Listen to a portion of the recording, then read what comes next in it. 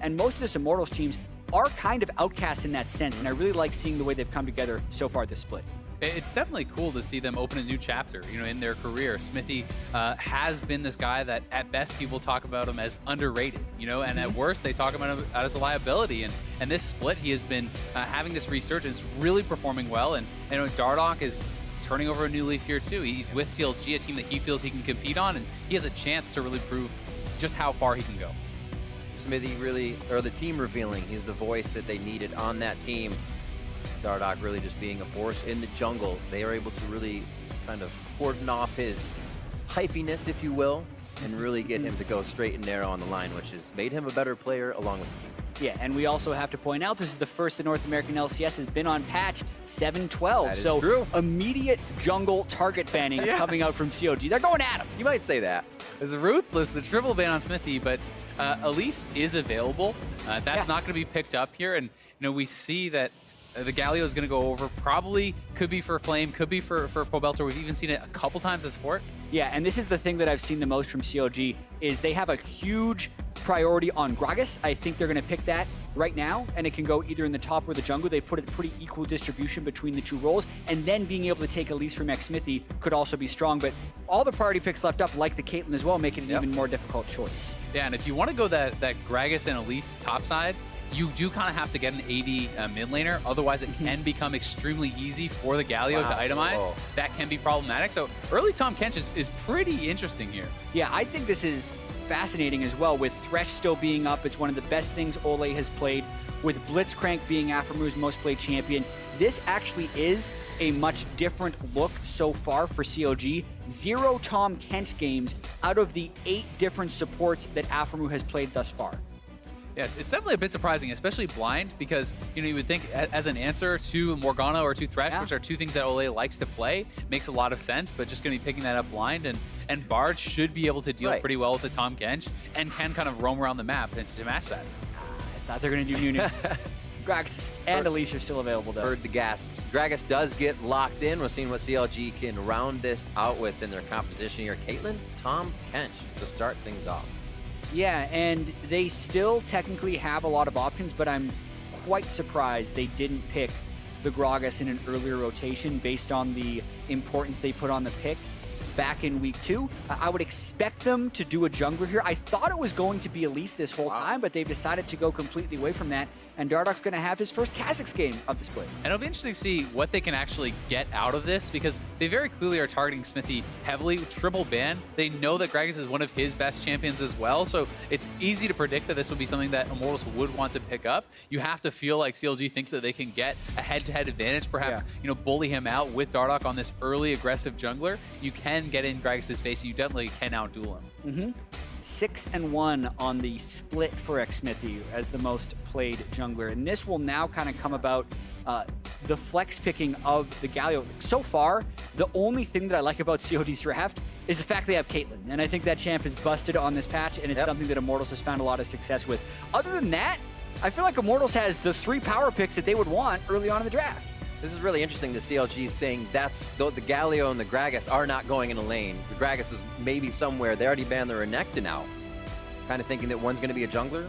Yeah, I mean, it's an interesting ban phase. We're obviously assuming that Gragas is going to go jungle, but it still could theoretically be Gragas top, Galio mid, draft something like Elise in. So, because they have all the flexibility on the Immortals draft, it makes it even harder to use the second ban phase for CLG. Because if you just ban out 2 top laners here, then they say, okay, well, Flame's just going to play this top. It was that's something that doesn't necessarily have to affect you. Yeah, the only thing that I thought they would ban would be more AD carry picks, and they didn't even ban the Varus, which is Cody's son's second most played after the Caitlyn, and one of the better picks you can take into it in the laning phase. So I actually do have a lot of confusion over this CLG draft, only because it goes against the majority of the trends they've set in the first 2 weeks. One thing I will say, despite the fact that this was blind pick Tahm Kench, these are 3 members from Immortals that have CC, that have catch. And if Aphromu is positioned well, he can keep Stixxay safe. And we know how powerful Stixxay can get on this late game Caitlyn. Yeah, absolutely, but they also picked the Tahm Kench before the pick stuff was even taken, so they have so much faith in this Tahm Kench pick. Or it's just the fact that it is a best of 3, it is a long split, they want to play many different things, and they're going with something a little more cookie cutter with the Tahm Kench. Did he not hover Warwick? Was that a first? No, just kidding. Orianna gets locked in on the side of Counter Logic Gaming. They're going to do that, obviously blind at this point, and safe one with Ori as of late.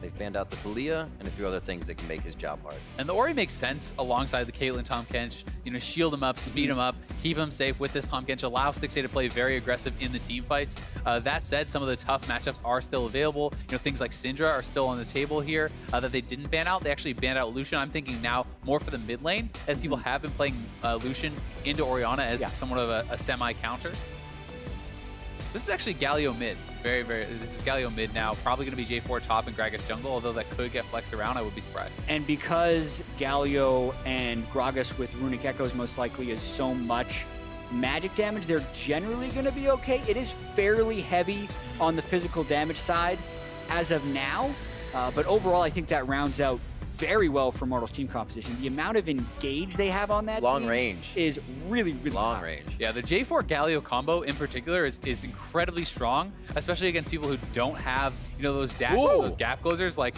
if you can ult in on J4, Galio ults in immediately on top of your head, you have the stone plate, like, plus your shield combo, which is extremely powerful on J4 already, and he's gonna be so hard to take down and have so much dive. Yeah, I agree with that for the Immortals composition, but with the Camille locked in at the end, there were Camille buffs on the patch. The passive has been buffed and a few other things as well. So this makes the Tahm Kench pick make a little bit more sense if the entire time they were just hoping to counterpick Darshan, a split pusher, and choose to play that strategy. Because if you separate this out into two separate squads, like the 4 people and then the 1 split pusher, which is going to be the Camille, the disengage, poke, and wave clear, and like the 4v4 fighting is really good with those champions, and Tahm Kench helps prevent you from getting picked off and engaged on. Another thing that Tahm Kench does bring to the table alongside that Kha'Zix is if you have an isolated 1v1 on the side lane, your ultimate to deliver that jungler in and swing that side lane in your favor is very, very powerful. And if the Camille can get ahead, she certainly should be able to outscale Jarvan in that 1v1 late game. We will see the coaches shake hands. They make their way off to the backstage and leave the players with their final words. Hashtag IMT win, hashtag CLG win. Darshan, as we said, taking that Camille to the top side.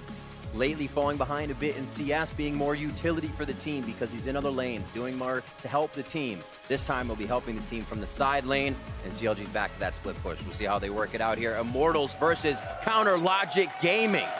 We are about to be on to the Rift. Yeah, really excited to see these two teams. The winner will take temporary sole possession of first place in the North American LCS in a league where C9 and TSM have met in 2 finals in a row. These teams trying to jump out to that start and enter the conversation for best team in North America. It's looking like nothing too crazy going to be happening here at level 1. And CLG is one of the teams that does sometimes like to mix in these level 1 strategies where they are actually trying to figure something out, trying to get something done with the 5-man invades, but going to be pretty passive. And the analyst desk broke down earlier some of the jungling tendencies. Dardoch has been the highest jungle proximity of all junglers in the North American LCS, essentially meaning he spends the most time around his teammates in the first 15 minutes of the game. Has not actually paid off in many kills or assists, but I will argue it has given them plenty of lane pressure. That'll sting. He should still have time to recall and get back to full health unless Flame can interrupt his next recall, in which case he might lose out on a few. And that would actually be pretty annoying, but he's not going to be able to do it. We also have to attract the fact we didn't really talk about, you know, this Jhin pick, right? Jhin is traditionally not considered a very strong laner. He is paired up with the Bard, who should have, you know, a laning advantage over Tahm Kench. But even still, we may be able to see, you know, Stixxay on this Caitlyn, getting an early edge and really starting to harass them. They're going to look to try to steal away some of these raptors. Get some. Neither for level 2. Got 1. He might get 2. He gets 2. Got it. So now he doesn't even get level 2 off the camp. Even with the big raptor, he's still level 1. And getting that second one slows down your path quite a bit. Exactly, and they were actually trying to do something really cute that did happen in the European LCS in the series that was just on that stream, where the mid laner pulls the raptors while the bottom lane pulls the red.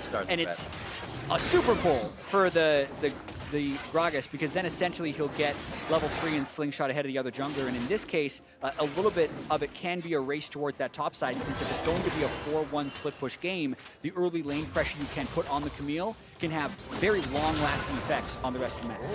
It's also pretty important that they actually did that leash because it didn't mean that a level 1 Gragas had to solo down Red Buff without smite, right? Yeah. He had to smite the Raptor there too. Almost like a failsafe. Yeah, so I mean, the fact that they were there speeds up this clear actually massively. Yeah, it actually makes it fairly inconsequential because he's still getting level 3 off of his 3rd camp. And you can see Dardoch with the fairly standard at this point.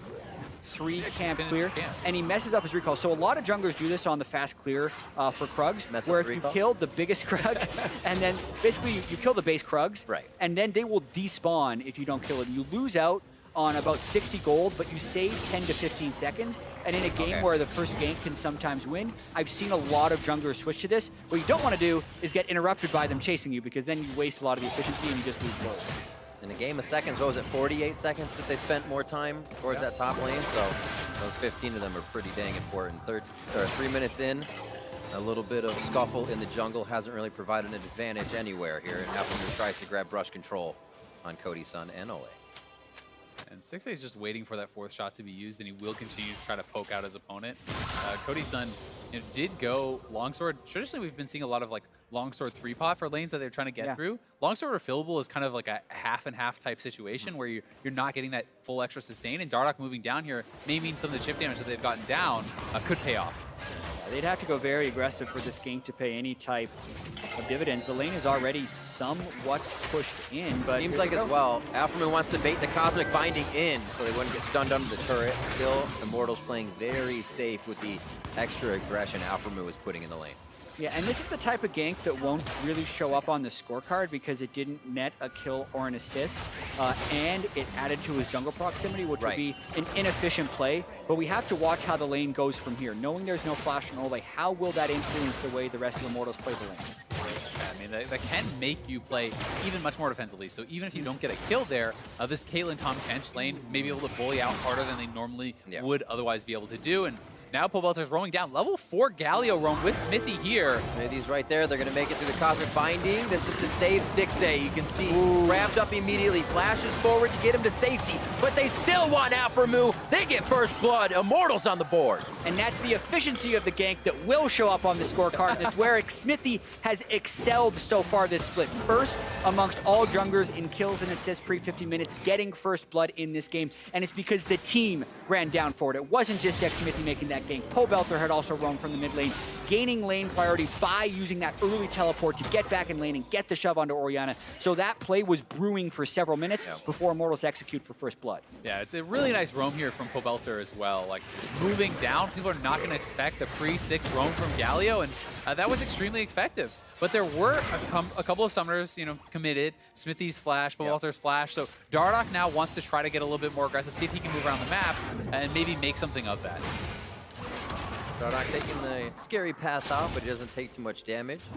Pobelter with his teleport previously on that as well, so they probably thought he was staying in lane even Flame more. without a mana. Yeah. It's not looking good for Flame. He does have minions in his favor, and that's going to help him out just a little bit, but Darshan was losing that battle. It's been very back and forth, and it's basically a missed skill, and you have the upper hand. Yeah, Darshan's got the wave in the right spot now, too, after that harass. We're going to watch this one more time. It is through a ward, but the closing potential of the magical journey when comboed with the jungler, and the fact that Aphromoo doesn't have exhaust. He goes to Devour, but then doesn't dodge the initial CC. If he would have been able to flash away from the Jhin Deadly Flourish, there's a chance they can escape that gank, but just more well executed by the Immortal squad to get the kill. And this has really been Smithy all season long. He's so proactive with those early body slam flashes on the Gragas, and now they're looking to chase down. Oh, great dodge. That could have been a kill on Stixxay. That's his heal down flash is up for him, so they may have gotten that summoner. Cody Sun and Ole take control of the lane after getting pushed back themselves here, and we'll see how they continue to play it. Jungle on top side. It looks like they have some time here to play safe, and that's going to be Ole roaming around to get the vision in. Yeah, and we talked a lot about the Tom Kench during the draft phase and how perplexing it was. Yeah. It's still fairly clear that it is probably for the later stages of the game where they're trying to get poked out, but I don't like it in this situation because they invest the early pick onto Caitlyn, and they're still not lane dominant. Yes, the ganks did have a lot to do with it, but the Bard is going to out-harass the Tom Kench in these situations, and if CLG would have put 2 early picks into the the Caitlyn and then the Bard, they'd actually have a substantially more turret pressure early in order to get them to that later game split pushing phase. We talked a little about the Thresh as well in Champion Select. It's an Ole champion, but that's also used to be an Afro champion and has that safety of shield and the aggression you need. Thresh certainly is a strong pick. I think one of the cool things about Ole, though, is he can make people hesitant to select it because he also plays Morgana, and not a lot of people are playing that champion, and that is considered a pretty good matchup against the Thresh. So it's one of those extra dynamics that kind of Ole has gotten for himself because he plays these diverse champions, and these champions that other people aren't really picking up. Swimming in the deep end. No kiddie pool for him. 8 minutes in, transfer over to Pobelter as we get that next buff up for the side of blue. See how who he plays this. They're still waiting on theirs, and only this one kill to the side of Immortals. Things have seemed to slow down. No huge lane advantages, so we look down at the CS. Stixxay does have a bit of a lead, but it's about a wave.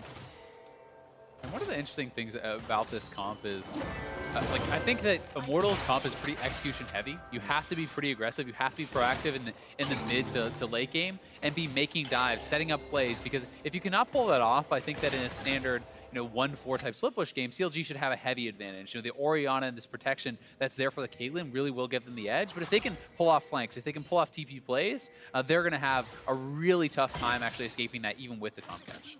Might be going for another gank, but they would need Pobelter to ult in on them as well. And that also kind of speaks to the type of game CLG usually likes playing. Yeah. Throughout the first 2 weeks, CLG is first in the LCS in kills and first in the LCS in death as Xmithie continues to invade and exert his pressure over the map. Very nice job detonating his Q while smiting to take that blue away from Dardoch. Yeah, and for Dardoch, not having a smite, not much of a way to fight back there. So proactive play from Immortals. They feel that they have the edge and they can make these plays. You can evade more aggressively because you have the Galio ultimate in range. When you're playing around the mid laner, you always have that assist. Flash back, Dardoch just above as well. So a bit of a mistake there from Smithy. If you actually instantly ultimate out of the E, you can do that unavoidably. He tries to go for what looked like an auto there, perhaps, and then is not able to pull it off. Yeah, not quite the play. Now Dardoch in a fight with Pobelter. Big back and forth. Shockwave is up here, and they want to make it go in. There it is. Damage onto Pobelter is enough, and CLG get one back on their side. It looks like everybody disperses from here, but Darshan uses this chance to get himself in the jungle.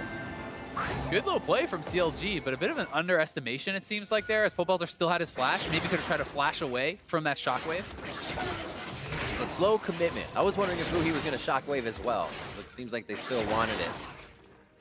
You see a little bit of a steal from the jungle, knowing they have an upper hand on Xmithie. We'll see if the pressure is added towards the top side. We'll see how this happens once again. Exactly. Take another look at it. It is a good wait and see by Dardoch, getting the isolated Q onto Pobelter for the jump. Not to mention, they know the flash ult is down from Xmithie, so that's why Dardoch wanted to take this fight, even if he's been a little bit behind for most of the game. The quick trigger on the Shockwave basically tests whether or not Pobelter is willing to flash very early. He does not flash early enough, and he falls. And Pobelter was actually channeling his ultimate there. He was trying to ult away, probably to the top lane. So he actually, once he's in that channel, he cannot flash. You cannot flash to interrupt that. So that's what he got caught on. I thought he could save the summoner and just use that ultimate.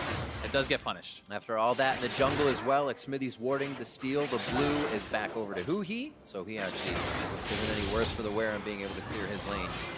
Top lane, a little bit of love for Flame. They throw down the Hextech ultimatum, but it's not going to be enough. I thought Stixxay could get into range, and they actually hold the ace in the hole. They just get the pressure on the turret here. Yeah, CLG does this fairly often, actually, switching their lanes up quickly.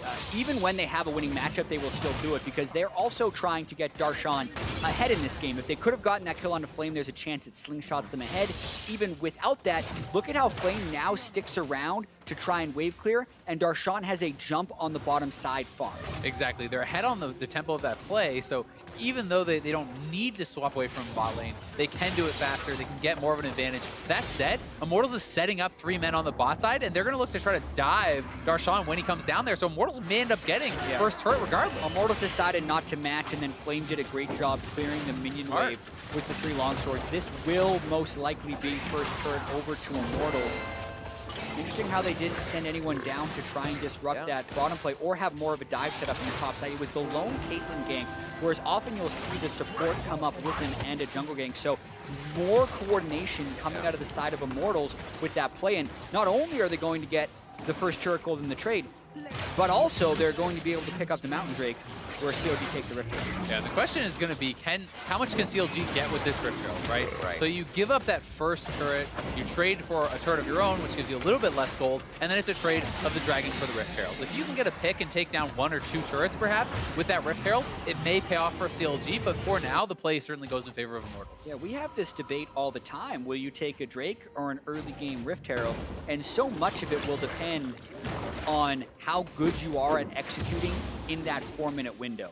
The Mountain Drake will be good later in the game if the game stays close because of the pressure it can add to the Baron and the Drake later on in the game. So, as Isaac just said, so much of it now is an emphasis on CLG to get a kill or find a lane where Immortals can't defend and get at least 1 turret. And I think it does make some sense, with the kind of playstyle that they're trying to play, when you have a split pusher like Camille, if you can bring Kha'Zix, if you can take down this now flashless J4, kill him, get some turrets and inject that gold into your split pusher, because they know if they can get Darshan ahead, he should be able to split push this game and be very, very effective. She just got back and finishing a few recipes of his items, so would definitely love that gold. Team to get into position. Huhi getting engaged on immediately. They go for the hero hit as well, and he's just chomped up as Tahm Kench comes into play in the mid lane this time and really fizzles out Immortals engage. Yeah, and there's Tahm Kench outside of the laning phase where he can be incredibly obnoxious right there because that's the dream combo Jarvan Galio, but he actually gets stuffed. This is the range we were talking about from Immortals. They always have the chance to tempt you about that engage. And now with the range, they have the choice to take it. It just pushes CLG off the turret enough. That's big. The engage here. It's going to be Xmithie. Oh, what a timing, but it's still eaten up by Alpharmu. He wins in that one. Oh, Xmithie needed to hit them both, but CLG looking for the re-engage now. Darshan has TP'd in. He does not decide to dive in. Smart choice by him. He would have been so focused out by himself. So some really smart stuff from Immortals using the Jhin ultimate to zone CLG off and get the initial turret. Yeah. But Xmithie would have needed to hit both Tahm Kench and Huhi with his ultimate to be able to deny the fact that Gragas can eat him up. Unfortunately for him, it looks like he just caught Huhi, so Alpharmu can eat him out of that ultimate and keep him safe. Yeah, and I do feel like Xmithie ulted earlier than he had to. The flash was down on both Alpharmu and Huhi during that play. It's now up right now, so if they were timing the summoner spells, he could have been much more patient after this beautiful Bard ultimate by Ole. He catches both of them, no one has flash, Xmithie can just wait. Both Pobelter and Xmithie shoot early. So the ult essentially hits nothing, and now Alpharmu falls warding while that replay was happening. I mean, as well, if he does eat them, then you knock them both back at the same time. Yeah. Hey, it's all about patience. 2 for 1. Why not? Good kill there onto Alpharmu as they find CLG roaming a little bit. Darshan still in the top lane, causing pressure. Will be met with Flame in just a few moments here. Now, it looks like Immortals is just grabbing this area around the next Drake. Get that vision up. They still have a while to go, but they do have much better map control at this point. And so far, Xmithie has been getting the better of Dardoch. He has been able to make more plays, have more effect on the map, and so many people coming into this game are looking to see, it can't be a win-win. Who got the better half of the trade? Is Xmithie the one who comes out better, or is it Dardoch? And these guys are going to be looking to prove that they are the ones who are on the better team, that they are the ones who are going to be more successful. There's certainly a lot riding on this game, I think, for both teams, but for the junglers in particular. I wonder to what extent, even for the few seconds we talk about, was Dardoch thrown off by how fast Xmithie actually got through his jungle. Because they probably didn't know that Red was only there for a few basic auto attacks and then he was to the other side. So Dardoch's timing may have been off as well in the early game. Definitely a lot of mind games going on, and Dardoch's tendencies of having such a high jungle proximity and his first gank not working really did pay off in the side of Immortals, and it looked like the Rift Herald was close to expiry here. Oh, TP coming in from Flame. It looks like they're going to try to go bot and collapse on CLG. That'll hurt their turn in the mid, but they're going for the big play here. Rift Herald solo mission in the mid lane as the fight goes towards the bot side. 6A's eaten up. We've seen this one before. Summoner spells are there for the 8 parry, but it's not going to be enough. Pobelter picks that one up with Winds of War as Ole comes up big with the crowd control. And to the front of the line, I thought Pobelter was going a little harder, but he pulls back as they go 2 kills on that and still have their mid. Yeah, and Immortals willing to pull the trigger on these plays. It is Flame teleporting to the fights to make the plays rather than Darshan, as we have seen in the first 3 weeks of the North American LCS. So the Rift Herald doesn't even quite finish off the turret as they're able to give a little bit of poke damage towards it. And another nice play there by Immortals. Love the patience on Flame for his Cataclysm. waiting for the Devour to regurgitate Stixxay out and then getting the ult in. And this was very well done by Immortals. It did feel like Stixxay might have been able to get out if the Bard Binding hadn't actually connected, but it looks like it's timed just as he's getting spat out. Yeah. And if the initial Unreal. connection is going to hit, even if you use a move block like that, Right. you still get tagged. So just that tiny little difference in timing. Had he not got caught, Stixxay had his flash and should have been able to survive. CLG trying to pick up in their jungle what is left and clear this vision out. You see Immortals actually just pinched right through CLG there. They feel very confident about the moves they're making and are not hesitating. And CLG now really are going to be trying to take down this mid lane outer because that is all that they really got from the Rift Herald, just some chunk damage on it. But anytime you have an obvious objective like that, Immortals can look to set up another play. They can look to try to counteract that and hard engage on you with the Galio, with the Gragas, with this J4. Yep. So CLG has to try to be a bit patient, make sure they do their due diligence, get some vision, know where the other members are before they look to try to force anything. It's also getting tough for Hoovy because you see that many people, or those 3 guys, I should say, engage, and they're not really your primary shockwave target. It's not going to do that much damage. And every time your flash is down against this team composition, Oh. If Immortals wants to kill you, they're going to get it. And then it's all about CLG being able to set up the right counter engage. And if they fall too far behind, they're going to lose the ability to do that. With that being said, CLG does want to extend this game into the later phases. Camille will win late game 1v1s against Jarvan. Caitlyn will do more damage than Jhin in the late game. And Orianna has higher impact fights on 4 and 5 items than the Galio does. So it's all on Immortals now to continue the proactive, aggressive play and take CLG in this first game. And I think the double Mountain Drakes is going to help them do that because you get to the mid stages of the game, you get to this time around 25 minutes, and one of the best ways to close out the game is with a Baron. With the double Mountain Dragon, you can burn that down so quickly, even though their team is not particularly suited for rushing down there. Deadly Flourish just misses, but they give Dardoch a bit of help towards the top side. It looks like that's the focus for Immortals. Even Flame is going to be up here. His teleport's down, so this is a commitment. CLG should see what's kind of going on here. Darshan could have a good push. Looks like Hui's going to decide to come up as well. They're not sure where all of Immortals is because Immortals has such good vision across the map right now. They have not allowed CLG to get any aggressive warding done. And they're able to move back and forth between the lanes, so CLG has to kind of play the game as if Immortals could be anywhere. And it's so hard to split push as Darshan when you're in these situations. Yeah. Still not at the point where he will be able to win easy duels against Flame, or even Pobelter for that matter, who's been able to build up a lot of armor with his Ninja Tabi and his Glacial Shroud. So incredibly difficult moment of the game right here. Galio is also such a good answer to split pushers in general because you have such safe wave clear. Like, you can just refuse to fight this guy and keep clearing the waves. So if J4 cannot actually match up and doesn't have strong enough wave clear later in the game, you can simply group J4 with the team and move Galio down to try to answer that Camille, and not necessarily going to be able to outduel him or kill him, but you can wave clear, and then if your jungler comes, you can lock him down in 2v1. And it's so nice to be able to have the double teleport, something that was banned out in Shen by Immortals in that second phase. Now Pobelter, when, as we see Flames teleport down, be the one to make that transition. We'll see how much Immortals actually starts to spread, CLG thin here, with that ability to go cross-map and make their way towards the top side. And double mountain with this type of vision control is exactly where Immortals want to be. The more control wards they get in the jungle here, the more they can deny vision, the more fear CLG will feel about that Baron buff and their ability to contest it. Just a good move from Immortals straight up the top side. CLG does not have eyes on where they are going, so they're going to try to get up here and defend this, but the turret is almost dead, so now it's just 1 or 2 autos away from going down, and Immortals will be able to collect that gold later on. Yeah, and Immortals knows the answer to the question right now, who wins a straight up 5v5? It is them. Who he doesn't have his items yet, Stixxay's not at Infinity Edge, so they want to force these things, and they should continue to do so. I actually want them to be more aggressive. They have so much tankiness on that team. If Stixxay goes up there to go down for that turret, throw the Jarvan ult at him, throw the Bard ult in, try and get those combos, because if they can get any kill, 1 kill, they probably get the Baron off of it and much more. Darshan back and forth between Scuttle and bot lane. There's still so much damage to be done on that bot turret. He has a lot of time to work on it. 4-1. Immortals not giving CLG any time, continue to work on the rest of their turret. I really just am so impressed by their vision game. it's rare to see a game that is this one-sided as far as vision control. It just feels like it's been so long since CLG has been able to get any deep warding. And Immortals deserves a lot of credit as a unit for moving around, for clearing it out, and for really establishing this, because that's going to help them utilize their mount, and that's going to help them get the Baron and perhaps close out the game. Exactly, and there's only so many wards on the map. Xmithie going Tracker's Knife and Dardoch going Chilling Smite also influences that outside of already having a lead. Ole has been consistently one of the better warders in the league, and all these things are kind of are coming together to include this vision lead.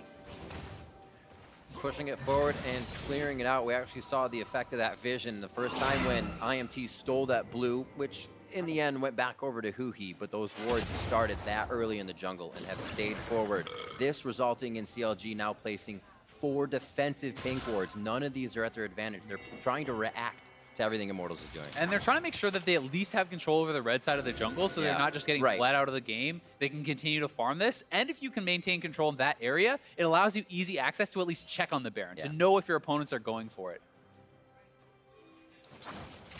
23 minutes now. And it looks like if Immortals do get a good stretch on CLG, that Baron could be an option, but with the power they have, I'm sure they're more easily able to find a fight just somewhere outside of the Baron pit. Yeah, and with the 3 control wards they have in the jungle, I'm surprised Immortals isn't forcing harder. There's not even a large amount of pressure on those bottom lane turrets. You can actually concede a bottom lane turret to the Camille if it means you're getting your 4-on-4 or your 5-on-5 in the Baron pit. So CLG, in their sense, is playing good defense, scouting with the 2 scrying orbs they have, as well as the Orianna ball. But I feel like that only lasts for so long until Immortals pulls off the fight. You see how scared you would say Cody's son is as the Jhin walking up to get shots onto the turret isn't the safest thing here. So once they do get up there, they're going to need a few more people to do some damage. And it is also one of those things where there's more pressure on Immortals to make something happen. CLG is happy to play this very slow game where they're getting the most out of that scaling. They're allowing their Caitlyn to get huge. They're allowing their Orianna to get huge. And Immortals, while their comp certainly they can win late game, you do feel like there's more of a clock. There's more of something where it's this massive mid-game power before the Caitlyn has her 3-4 items and her armor pen and everything. It's so hard for her to deal with this insane amount of damage and kind of dive coming at her. Yeah, and that's where Galio is right now. He's in that unkillable state, I feel like. Abyssal Mask plus Frozen Heart at the point of the game before any AD damage dealer can have a Last Whisper or AP damage dealer can have a Void Staff. It's the strongest point in the game for Galio. So now, even more than it was 5 minutes ago, Immortals is in their power state. See, they get Infernal here. A lot of uncontested objective taking going on. We know CLG to be quite a bloody team in their games for how they play, but this one they can't even find the fights really as Immortals work around them. And one thing to keep in mind, to give CLG some credit around this Infernal and sacrificing that, obviously it's great for Immortals, but this is not a full damage dealing type team, right? There's not a massive amount of AD and AP that are going to be built up on, say, the Galio or even Gragas or even the Bard. So like, it's not like it's a Zyra and a a J4, sorry, rather a Zyra and a Jason, these sorts of things. So you get less out of it as a team with a lot of tanks, but it's still going to be very valuable. Trying to take out Darshan. He's been hiding in a side rush for so long. This is why. Oh, the flash taunt brings into Durand. Looks like they're going to hang out in the ultimatum for a little bit. They like the space. It looks good. Hovelter picks up another one. 2, 1, and 2. As the Immortals are just being systematic about what they're taking. And that is a very big pick for Immortals. They could try to force pretty heavily here, either on the Baron or on some turrets, with 40 seconds down for Darshan. Yeah, and with double Mountain Drake, it doesn't mean they have to turn to Baron right away. Pretty easy to take a big chunk out of this bottom lane turret. Still playing very smart as well. It's so interesting seeing this low kill game out of CLG, who has by far the most kills and deaths of all teams in the North American LCS. And you'd often expect if CLG falls behind, they're just going to try and make plays forever and be really aggressive. But because of the inherent scaling advantage they have, and because Immortals has so many of the initiation tools, we're kind of seeing the opposite of that. So I do want to credit CLG a little bit here for, I think, doing most of the right thing while behind. Right. Even if I don't like their draft or the reason they are behind, I think they're doing the right thing now. Absorbing the pressure, seeing if they can throw it back at Immortals at some time soon. However, Immortals, far from making mistakes.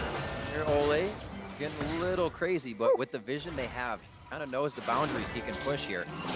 shares a little fruit with Dardoch. I mean, why not? What a nice guy. But still, just taunting CLG here. Flames looking. Galio ultimate could come in. This is even disjointed, and CLG still can't really answer to it. Spit out and flash coming through. Afromoon now on the sore end of this engage as the There's the Kaboom. Galio ult. There, the redemption's coming in for the heals. Who's going to live? And also, Pobelter is in, as he is the hero of the fight, but who comes up with the kill? Who is the victor? Afromoon goes down. Ole is also down as supports have fallen. Darshan looking to get in, but can he find that in? As it does not happen. Xmithie and Pobelter on the front line, and now CLG try to route down mid. That is a low turret, but it doesn't look like they're gonna get it. Continues, who he's caught. Solo knocked up, can't even use his abilities, he goes down. The ghost was used at the last second to try to run away, but he still falls, and the chase now to Darshan and Dardoch. Yeah, and Darshan was trying to cut the wave there to deny their push, but Sticks a very low, no summoners, flash available onto the end flame. I think he has to just back off and give this up, or he's certainly going to get dove.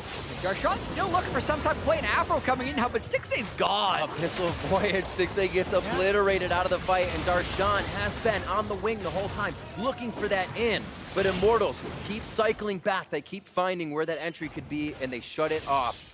They walk away with second tier mid. Yeah, that's the type of fight that Immortals really wanted, and I also think it speaks to a bit of an Achilles heel of CLG when they're playing these split push competitions, is Darshan, like a moth to a flame, is drawn to team fights in these split pushing scenarios.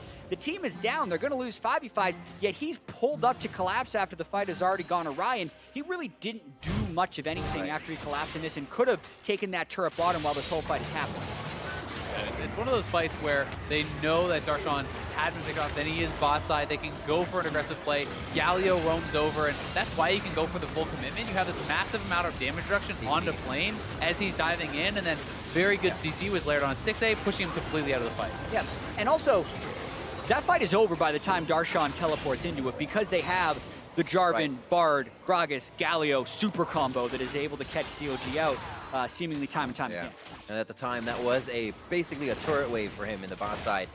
Might have been able to take it down. Still's down there. Flame will pay his respects in just a moment as he gets his vision down, then to clear the wave.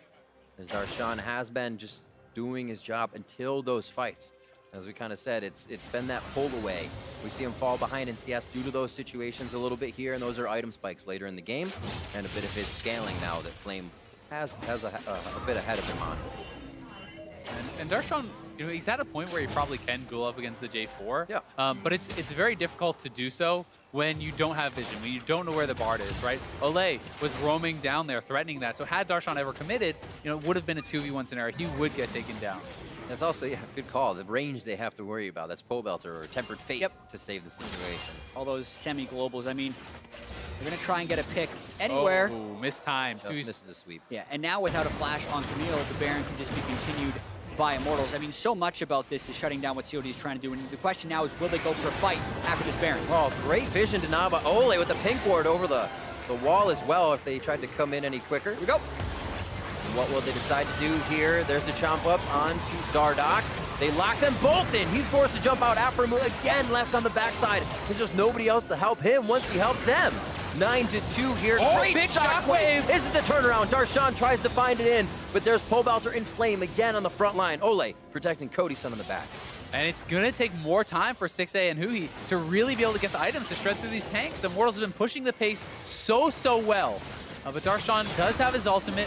If Immortal steps too far forward, they could perhaps look for something. They look confident. There's the TP coming in from Flame on the side. They're going to try to collapse on them. His own deadly flourish. Cody's locks him up. The taunt, the crowd control on Darshan. The ultimatum not going to save his life. And now Cody's son to kite this out with Pobelter. It's a 2v1. Flame just on the backside, ready to flag and drag in and give everybody the Demacian might. Pobelter still alive. One more taunt. Flashes into lockdown CLG. Dardoch now staring at the light, and he is taken down. And you thought maybe that teleport was going to come in a little bit too late for Flame, but it was just in time. Cody's son cleans up the back end of that fight. CLG needed to make a play. That was their window potentially back in the game, but as soon as Cody's son started getting those crits off, not only did they get CLG down, now they can push with this Baron buff. And Pobelter did such a good job peeling for him, keeping him safe, denying Darshan's ultimate onto him, and they will crack the first inhibitor, but that was such a well-played 2v3, delaying time until Flame got there. You know, it was looking like CLG would be able to take over, you know, this part of the fight, but the root into the taunt onto Darshan, he has to use his ultimate on Pobelter, even just defensively, but now they don't have any lockdown for Cody Sun, so they can't get over to him. Exactly, and Stixxay can't really shoot Pobelter. He didn't have his complete last push before this fight, so he tries to go for Cody. He's got the fourth shot in the chamber, 789, and then Flame is here to clean up the backside and finish off Huhi, but so much of this was on Pobelter soaking all of that damage. The insane power spike, especially with the Gargoyle Stone Plate now on 3 people, since all this game is about team fights, always proccing that. I was going to mention that. 3 stone plates. Oh, I've used my damage. I'm going to die. Let me just press that active. Yeah, it's pretty tough, and it synergizes so well with all of these champions because you're essentially pretty cooldown gated on your damage. They're not massive auto attack damage champions. So you fly in, you spend all your abilities, you pop it right then, and then as the Gargoyle Stone Plate expires, you have your abilities coming back up and you can start to pump out that damage once more. It's very synergistic. They're on a ward. Oh no, Stixxay gets caught. This is the one though. If they can set this up and retaliate, we'll have to see. The shockwave is in there, but it has not been used yet. Oh, beautiful up by Smithy. They turn back, Dardoch low, Darshan low, Pobelter's in the fight, and he punches straight to the back line. Darshan falls first. The turret will follow as the shockwave is used in retreat for CLG. Nobody can follow up on the damage, and Immortals once again, with any CLG members in front of them, cut them down and head for the Nexus. They just smashed COD in that fight. COD was trying to be cute. They didn't pink ward, they didn't sweep where they were standing, and that was disastrous at the end. Immortals really making a case for themselves as the best team in North America, taking down CLG very convincingly in game number 1. It's going to be 33 minutes in, 17-4, demanding victory for Immortals in game 1. Yeah, pretty much everything worked for Immortals in this game. They got all of those power picks that they could flex around early in the draft. Once they got the laning phases set, they didn't have any hard losing lanes, and the one thing that they needed to guard against was the Caitlyn turret push, which they did with an early 4-man roam. On top of that, they were able to play very well as a team and consistently force team fights and completely shut down the aggression of CLG, which has been working against every other team in North America. I just think it's such an impressive game for Immortals, both from the drafting to the vision control that was so powerful throughout the game. They had full objective control because of that. They get an uncontested Baron because they kept that up for 15, 20 minutes. They never ceded vision really around that Baron, and I think this is a game to hang your hat on. It's very impressive stuff from Immortals. Very nicely done. We have way more to go here. I hope we're going to a game 3. And for a closer look on that Immortals win, let's send it over to our analysts. Thank you very much, Riv. Now, I'm not going to say we told you so, but we told you so. I mean, exactly as we had expected. Smithy and Immortals putting a lot of focus into the bot lane when it comes to those early minutes and making sure they garner an advantage for Cody Sun and Ole. But before we get to the actual gameplay, I want to look at the champion setups around how they picked these lane matchups, and in particular in the bot lane, we look at Stixxay and Afromu taking, the classic strong laner in Caitlyn right alongside that Tahm Kench. Exactly. I mean, Tahm Kench has been rising in popularity in Korea, and as we know, a lot of teams taking their cues there. Yep. The other thing, Doran's Shield coming through, and a lot of shifts here in the bottom lane. So it's not, completely wild that they're early picking this Tahm Kench, because we have seen it before. And, you have a higher success chance of getting through the lane phase, to be this useful tank and to be able to get people out of crown control with a Caitlyn as your AD carry. Well, so and they do up on that. Exactly. So to some degree, it looks like CLG has opted for a relatively safe bot lane. They have the opportunity to push the lane if they need to with the range of Caitlyn, but also to farm under turret and then have that kind of escape path of, gobbling the Caitlyn up and running out anytime a gate comes. But even still, Immortals finds their way to get kills in the bot lane. Yeah, exactly. I mean, CLG, they also are drafting the split push style here with the newly buffed Camille coming on the top side. So they're going with pretty much the same stuff that we did expect from them as far as Darshan focus on the top side. So bottom lane, just don't die, right? And try and play that safe lane. As you said, though, a lot of the plays coming through, and it's not safe. Well, so the question becomes, as we had posed prior to the match, would these teams stick with their patterns, or would they adjust outside of the patterns that have been established? And Immortals sticks with theirs. Pobelter, Smithy roaming out of the mid lane and down towards that bot lane to get his first blood, 440 into the game. Get that bot lane rolling right. So here it is, the gank, duly assisted here by Ole with the Bard. Magical Journey allows Smithy to get in there, and oh, how sweet it is to get that first blood on your teammates. Yeah, so here's the thing. So Smithy gets that first blood. Meanwhile, Dardoch trying to catch up in the lane, as was mentioned. He kind of had his back stopped by the Krugs and is just now farming to catch back up. Will get a kill on the top side of the map as well, falling in with the trend. But at the end of the day, it's that story of the bot lane and getting Cody Sun and Ole those advantages that they can roll into mid and late game team fights. We saw that 31 minutes into the game, a 4-for-1 in the mid lane after the Baron call from Immortals. And this is really where it all comes down to, right? We're talking about, the improvements from Ole and Cody Sun, and they're playing well in their own right, so it justifies more resource being spent down in the bottom lane. And Cody Sun absolutely demolishes this team fight. Pobelter doing work on the front line with Galio does give him amazing space to work with, but the execution is huge here from actually both these guys, and so much surprising damage here coming out of this Jhin, absolutely blasting CLG. And I think that's where we can kind of return to that question about team identity coming into the split, right? What does Xmithie do for Immortals and what does Dardoch do for CLG? And in the case of Immortals, they have talented laners. They have talent in that bot lane. Now it's about giving them the support system that can get them off the ground and let them win the game for you. Xmithie slots into that role much better. Exactly. That's why we wanted to highlight so clearly in that augmented reality segment Smithie's ganks, right? It's not just, his mentality and his late game, game knowledge that people are talking about, right? He's got very effective early game, and it was on show here, and they were able to snowball. That's the really big, important thing here too. When you're talking about, taking that #1 spot, snowballing those early leads into clean victories is the key. And in large part, as we see Dardoch on your screens here, to me, he felt unnoticed in this game, where Xmithie was making those early moves. It did feel like Dardoch was very much sitting in a more farm-focused early game, just trying to keep himself relevant from a, golden experience standpoint. But while turrets are falling all around the map, you're just conceding map control to Immortals, and ultimately that's what kind of let them be the decision makers in terms of starting that Baron completely uncontested. And I like how the members of Immortals all are talking about being more vocal and more proactive. Ole's a guy who talked previously about, he's worried about his teammates going to get mad at him or his teammates, doubting.